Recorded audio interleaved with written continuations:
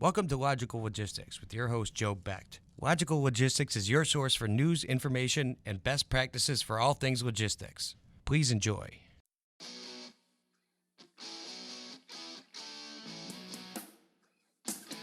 This is Logical Logistics, where we cover shipping, supply chain, logistics, and everything in between. Welcome to the show.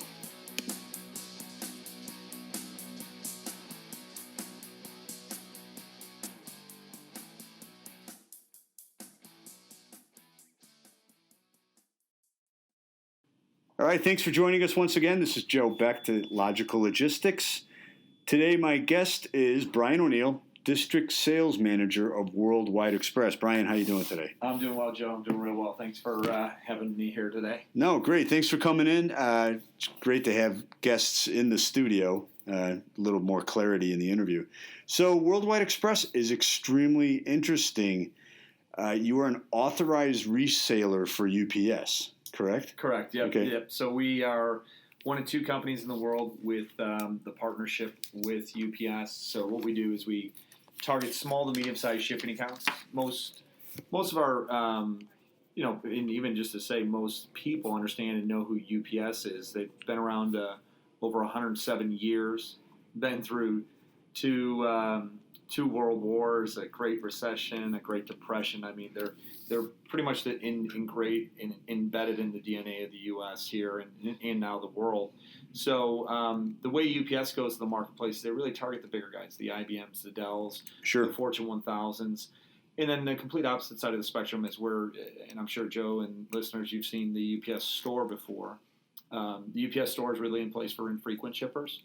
Right. What we go after is the middle market. So we help convert small to medium-sized businesses that have, the headaches that the big guys get, but maybe weren't getting the right support, want the pricing that the big guys get, but couldn't navigate to get some rates.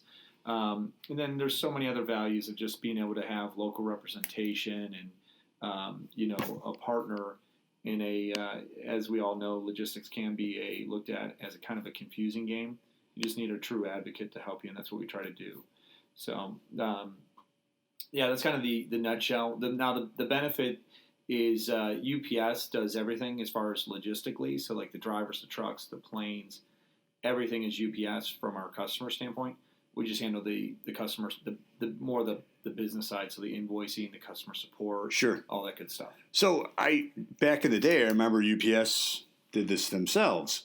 When and why and how did this transpire with Worldwide Express? Yeah, absolutely. So Worldwide Express, we've been around over 20 years. Okay. We were founded by David Kiger. David Kiger is our founder, and he's on the board of directors still. Okay. Out of our corporate in Dallas. And he had $5,000 in more or less a business idea. He was working in a job out of school. He went to Alabama and had a burning desire to figure out shipping. So he reached out to a few people to try to help get at his first job, his rates down, only to find out he couldn't get any response back. So that's when he launched his idea as being a reseller for the middle market. Okay. So UPS, why do they see us? UPS, and again, it was up until 2008, UPS was the main source. You go to UPS. If you look at the historical moves UPS has done, though, they bought out Mailbox, etc., and that's when they did a rebranding of all the franchises there. Right. And they saw the success there. The next was, how can we help with the middle market? And this was when 2008, a lot of movement, a lot of shaking. DHL had just pulled out of the marketplace. And UPS said, hey, if we could actually partner with somebody who could have sales reps inside every single major and secondary market throughout the country here and help do the onboarding process and allow UPS to do what they are really good at, which is the engineering or the logistics part. It was kind of a marriage of really two good things, a sales program and an engineering and just a logistics freak in UPS. Okay. So do you know what? So obviously UPS got they're so large that they decided to contract out with Worldwide Express. So how did it actually transpire to utilize Worldwide Express for this? Yeah, it was. So our initial contract, and to date my background a little bit, when I came on back in 2006, okay, we were selling for DHL. Yeah. We had an exclusive contract with DHL, and then that was our partnership. We would resell their products and services to small to medium-sized businesses. 2008, right, the market, as you remember, was DHL. They went through white space, and they were closing terminals. They eventually closed down Wilmington, Ohio. Yes. So it was a pretty once-in-a-lifetime event that happened where real quickly we found out we stared bankruptcy right in the eyes. Our biggest lender said, close your doors. You're not going to make it through it. A lot of the franchise owners, a lot of the corporate execs reinvested in the company, bought the corporate back from a private company, and really just rolled up the sleeves and had to figure out how to get it done. Well, one of the biggest things we had to do was take our current book of business that was with DHL and move it to a partner who would onboard us. So we went to UPS and FedEx. Okay. And that's where we went to the negotiating tables. FedEx wanted us to sell ground. Yeah. As most people know, it's really hard to make just be profitable in it. It's a tough space. And not to mention FedEx is kind of Achilles heel. But that was, if you had a pie graph and you look at it, 70% of FedEx's business is air and international. 30% is ground. They want to grow that piece. Yeah. Where UPS is kind of a flip-flop, 70% ground, 30% air. So they wanted to grow that air and international premium product. Exactly. So it worked out where we converted. Well, they started. UPS started as the ground. Yep. FedEx started as the air, and now they're trying to each do what each other does. And, yeah. Now you got Amazon trying to do everything as well, but that's for another topic for discussion. So 2006, I wanted to go a little bit back into your background. So you were working for Worldwide Express. Give me your background. What did you do? Going all the way back. So I grew up here in Chicago. I grew up actually on the South Side. All right. White Sox fan. Yeah. This was that the game? Hopefully. Yeah, okay. Yes. Right. So went to the game yesterday actually with UPS had a program for United Way. So got to see a winner finally. Yes. Grew up youngest of four. So big Irish Catholic family from a big area on the South Side that background was. Growing up, I thought I was just supposed to be a cop or a fireman or right. a union So we person. talking Mount Greenwood or Beverly. All right, know the area well. Yeah. Beautiful area. So go on. So coming up, I graduated. So I played basketball. I ended up played high school basketball for authorized, and then I was wanted to continue. So I went to Barry University, Miami, Florida. Okay. So it was a Division II school. I walked on, faced some adversity. I tore my knee, knee surgery my freshman year, did the rehab, and then played my sophomore year back here. I relocated back to Chicago, went to Moraine Valley Community College, which I think was a blessing in disguise. Looking back, I wish I would have went there for freshman and sophomore. Just you never know truly what you want to do, and I really didn't know what I was doing. I was just spending a lot of money. Yeah.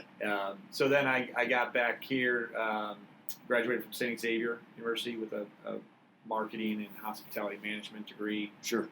Still had no clue what I wanted to do.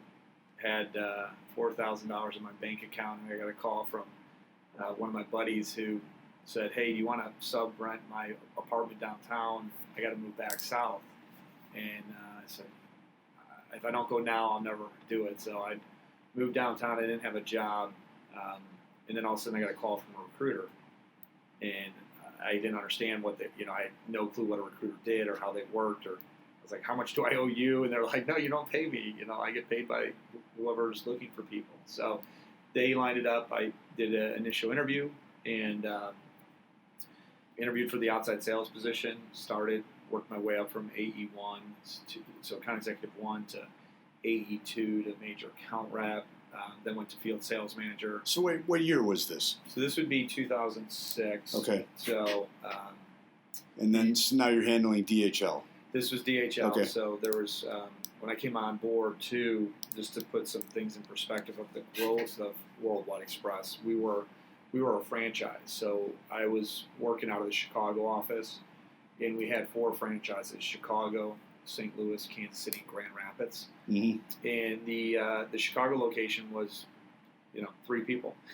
Yeah. So it was me, Kevin Ferguson, our now COO of the Midwest, and Wendy Sutherland, our director of operations today. So we had us 3 kind of trying to figure this thing out.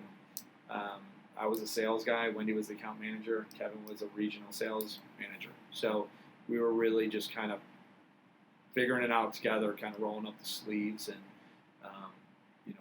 was able to develop pretty well with some sales techniques and had some wins. Was able to locate some bigger accounts that helped get some confidence early on. As we all know, sales that initially isn't the easiest, and even as you keep going, you have highs and lows. So, but the growth has been pretty great. I mean, since I've been there, we're now 53 people in the Chicago office. We went from a shared office space in River North, about 1,500 square feet with a college-style, fridge, to now we're 17,000 square feet. So, as district sales manager, how many accounts do you handle? Yeah, so there's a lot. There's right. And what's your territory? Yeah, so the territory for us, so being in this franchise model of Worldwide Express, it's all based off zip codes. So the Chicago territory, we have from the lake all the way to Racine, Wisconsin, essentially the border. We go as far west. We own all the way to Des Moines, Iowa. Okay. And then we go down to, 55 would be the part of the territory that my reps will cover. Now, realistically, where are my reps? They're mostly here in the Chicagoland because they start and end their day at the office. So we bookend management, make sure they got a good game plan, they know where they're going. Work on role plays, some development, training things, and then. Now, is this training provided by Worldwide Express? Okay. Yeah. The training we do inside of a rep's first first year to 18 months. They'll get down to 3 trainings. One of them being, it's called basic sales training, full week down in Dallas, just the blocking and tackling of what we do, how we do it. The next one is level 2. That usually happens at like the 6 to 9 month mark of a new rep. And this one's really cool. They actually do it down at Worldport. So you get to see UPS's advancements and development on how they move 17 million packages from point A to point B at night. So you get to see it firsthand, get a full tour there. Yeah. And then the last training we do, it's called ACE, Advanced Concepts and Excellence. Invite only, top 15 reps in the country get invited. Tom Medine, our CEO, and David Kiger, and Joe. There's a handful of the execs that run it. And they want to really hear what the performers in the company are doing, what's changed, what hasn't changed, and kind of get a real sense of the company. Now, does Worldwide Express, you mentioned it's a franchise. Are all the franchises, are they spread out throughout the United States right now? Are there any franchise opportunities that are still available? For example, you mentioned the UPS store, and there's still areas where they're looking for UPS stores. Yeah. Are there still areas where there's opportunities for Worldwide Express? Yeah, unfortunately not. So okay. So when I first started, we were a franchise. Now, what's happening right now is corporate is actually buying back franchises. Okay. So, you franchise to get revenue streams, you franchise to raise cap, right? So they did that, and then obviously what corporate would get would be, they would get the royalties from all these 150 franchises. Well, you can't really, when the private equity game comes knocking and you're trying to move some things, it's hard to, you really need to have more revenue streams. And so that's where corporate has now started to buy back. Their goal, I think, is to get, close to 36% of the, if not 50% of the market, and then figure it out from there. Okay. But yeah, it's changed quite a bit, from when I first started, where I knew the franchise owner by name. I talked to him a lot. Now, it's still, it's a bigger company. I mean, better health insurance. Okay. But part of a bigger company, which in hindsight, looking back, it's like the things that I liked about the entrepreneurial side of what we were doing was rolling up the sleeves and doing it. It's like, yeah, we did it. But, a lot of that comes with, we just outgrew the franchise model. Yeah. I mean, we were growing so fast. We had to evolve the way we manage people. We needed to keep people, so we couldn't manage like we used to, where it was, more cowboys and Indians. And we had to really develop people, work with people, retain talent, and keep talent. Okay. And do the same with our customers, of course. So now, back to you're representing a huge entity like UPS. You're offering the services to small to mid-sized companies, markets. So you really have the pulse on the business world today, because that's where a lot of our economy is driven from those type of companies. What do you see out there? How's business? Yeah, it's been good. I mean, it's really is. Doing this, I'll never forget in 2008, 2009 when we had the housing crisis. I knew something was up. Yeah, you lived through some. Yeah, I lived through it too, but you were actually in the trenches there. Yeah, so I remember just seeing guys that had Lamborghinis that ran a mortgage company, and all of a sudden their doors closed, and that happened maybe in 2008. So it happened a year prior to the full collapse. Right. So we saw everything. Right now we're faced with a real soft market in LTL, so the less than truckload market is soft. Fuel being as low as it's been in a long time, right, is hurts the revenues streams, and then also truckload soft right now. The small to medium-sized shipping account in businesses are doing well, though. There's a lot of growth in this space. There's a lot of opportunity. They are, I would say the companies in this space, the ones that are actually getting into international, are growing. We saw at a record rate at close to 40%. A weak U.S. economy, everything's cheaper. It's cheaper to buy from here and ship it to England or wherever it's going. So we've seen a lot of growth in the international segment. All right. We have seen the consumer get smarter, though. They have gone from turning the gauge from a priority and standard or next day air saver down to ground. We've seen a lot of people do that, which is part of the evolution. I mean, you got to think that customers have to figure out a way to be competitive, in that revolves around price at a lot of times.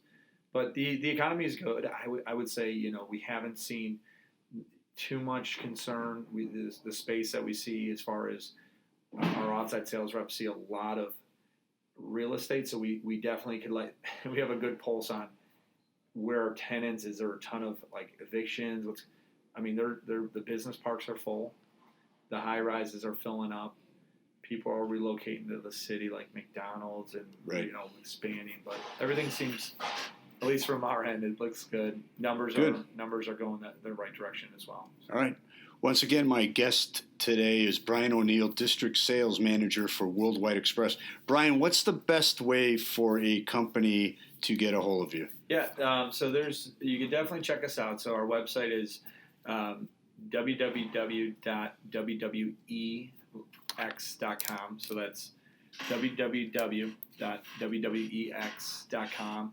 And that will give an overview on our company. It's our corporate page. It will allow you to get contact information for myself and communicate if there's opportunities that you're looking for. But we do handle 3 segments. So we're UPS's largest business partner for the small parcel. We have a full portfolio of LTL carriers for the less than truckload.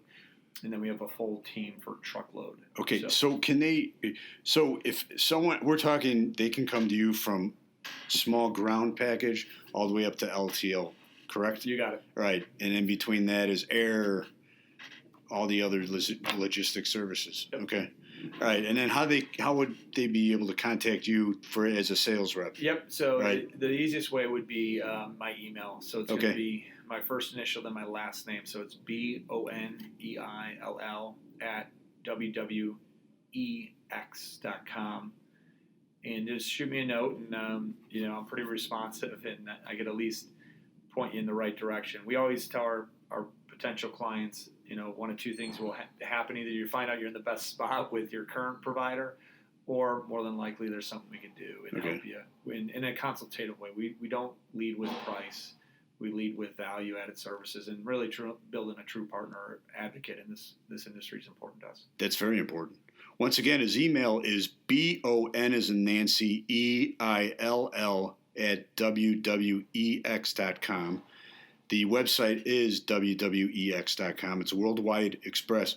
Brian, thanks for joining us. I asked this question to the majority of my guests. I didn't with a few, but the majority. How do you define the term logistics? You see it everywhere. Yeah. And I actually met Ray Thurston, a few weeks ago at the Year of Cargo 2016. And he's pretty much the gentleman that's responsible for getting the UPS logistics off the ground through his experience with Sonic Express and that. So it'd be interesting to hear your definition of logistics, since you actually work with the company that's promoting it so much on advertisement and absolutely in the media. It's logistics is it's about bridging gaps. It's about truly looking at inefficiencies inside organizations, whether it be how does the purchase order come in, to how do you pick and pull in the back of the warehouse, how do you inventory, then how do you bill your client. And if you could bridge the gaps, and that's where I think you really need a logistics partner who could help you. So there's many ways to lose money in shipping. Yes. And if you don't understand it or have the right person to guide you in those directions, that's when logistics is not a fun word. Right. And then a lot of times, too, I would say logistics is looked at as a word from C-level presidents, CEOs, CFOs. They kind of go, oh, it's logistics. I don't want to get involved with it. But it's a top 10 line item in every single company. It's not top 5. Yes. So hence why we have this podcast. Exactly. We've got to get it out there. Yeah. But that would be kind of my definition of Well, logistics. thank you. Once again, I'd like to thank Brian O'Neill, the District Sales Manager from Worldwide Express. Best way to contact him is at his email, BONEILL at WWEX.com. The website is WWEX.com. Brian, thank you so much for joining us. Yep, thank you. All right, we'll see you next time. Thanks for joining us. This is Joe Becht at Logical Logistics. Hey, thanks for listening to the show. If you want to drop us a line, email us at becht5@comcast.net. You can leave comments, or if you want to be a guest, becht5@comcast.net. Also, make sure to review us on iTunes or other media outlets that we're located on. And we'll see you next time on Logical Logistics. Click the subscribe button for new videos every week and download us and review us on iTunes. Visit www.beslogistics.net for more logistics, transportation, and warehousing resources. Thanks for watching.